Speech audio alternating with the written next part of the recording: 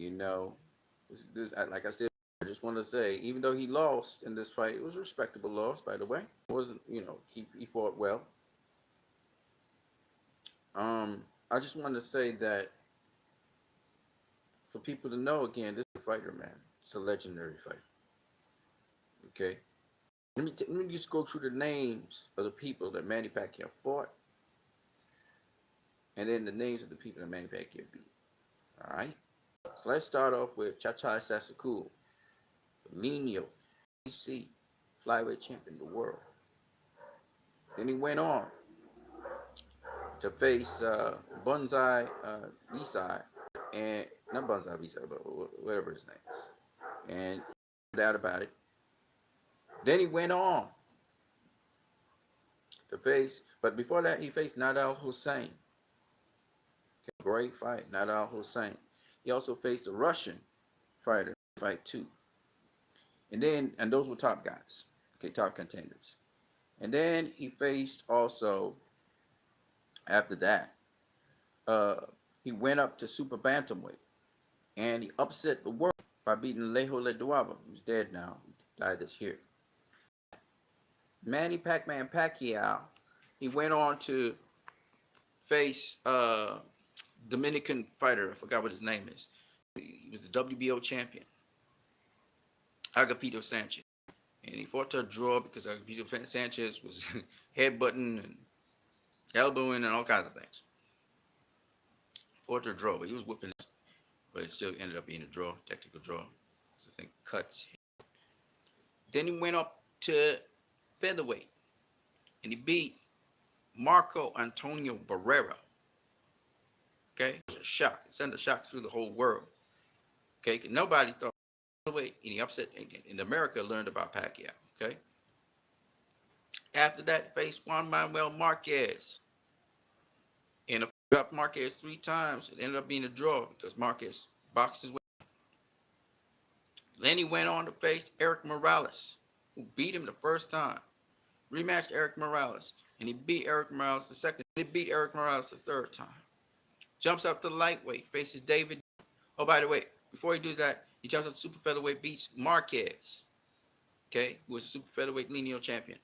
Then he goes up to lightweight, beats Diaz, very competent, very skilled, WBC lightweight champion. Jumps up 2 weight classes, faces Oscar De La Hoya, beats him. Goes down 1 weight class, faces Ricky Hatton, beats him. Jumps back up, faces Miguel Cotto, the Miguel Cotto. Then he goes on from there. I think it was he faced Joshua Clottey after that, I believe it was. Beats him, and Clottey, ends up being the IBF welterweight world champion when he beat Zab Judah. Goes on from there to face Antonio Margarito. I want you guys to understand what I'm saying, man. After Antonio Margarito faces Shane Mosley, beats him. Goes on to face Timothy Bradley, loses to him. Faces Juan Manuel Marquez the 4th time, gets knocked. Waits out a year, comes back, faces Brandon Rios, who was a lightweight world champion. Was coming off a loss, but nonetheless, he schools his ass. Like he's beating them all around the ring. Like he's moving. So people realize, oh shit, Pacquiao back. Goes on to face Timothy Bradley in a very tough fight, rough and rugged. Timothy Bradley's come out early, beats him, gets the WBO strap back. Faces Chris Algieri in a catchweight fight, beats him, drops times. Faces Floyd Mayweather, loses that fight. Comes, faces Timothy Bradley 3rd time, drops him twice. Faces Jesse Vargas, beats him. On the faces Jeff Horn, who he loses to Jeff Horn. Okay, comes back, faces Lucas Matisse, beats him, stops it. Win the regular WBA title. Goes on to face Adrian Brown, beats him. Goes on to face Keith Thurman. To shock everybody, I predicted he wouldn't win. I thought Thurman would win. Beats him. And now, finally, he has faced Dennis Ugas in a close enough fight, competitive fight, like we wanted it to be.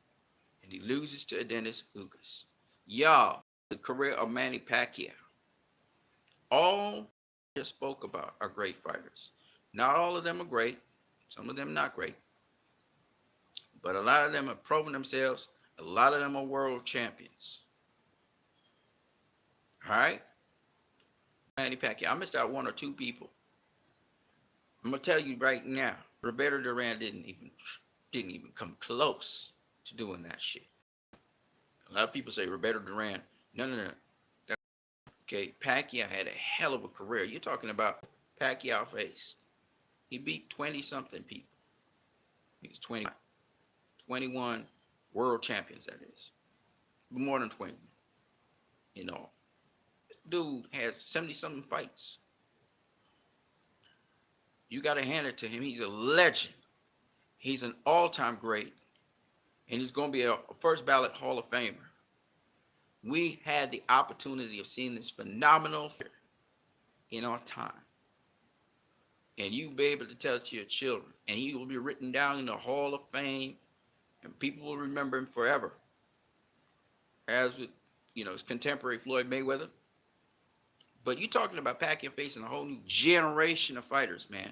A whole new different era. And beating some of them. Very, very impressive. So Odanis Ugas has just gotten on his resume a win over one of the greatest fighters of all time.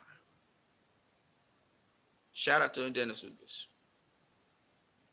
And Pacquiao has superseded anything we could ever have expected of him. And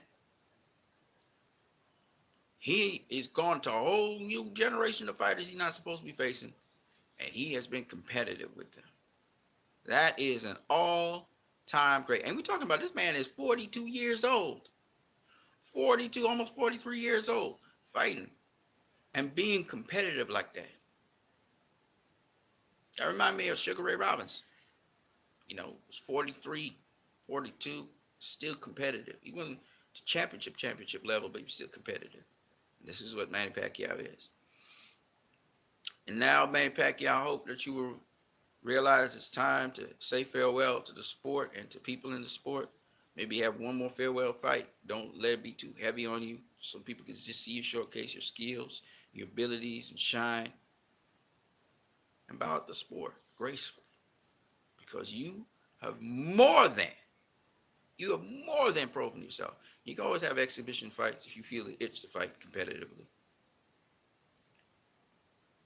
The senator from Philippines, Serengeti province, shout out to you.